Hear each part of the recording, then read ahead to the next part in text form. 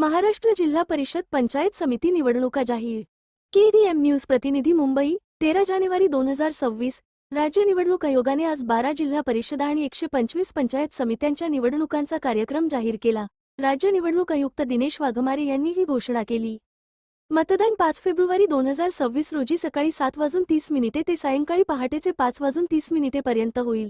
मतमोजणी आणि निकाल 7 फेब्रुवारीला सकाळी 10 वाजल्यापासून जाहीर होतील। नामनिर्देशन अर्ज 16 ते 21 जानेवारीपर्यंत स्वीकारले जातील।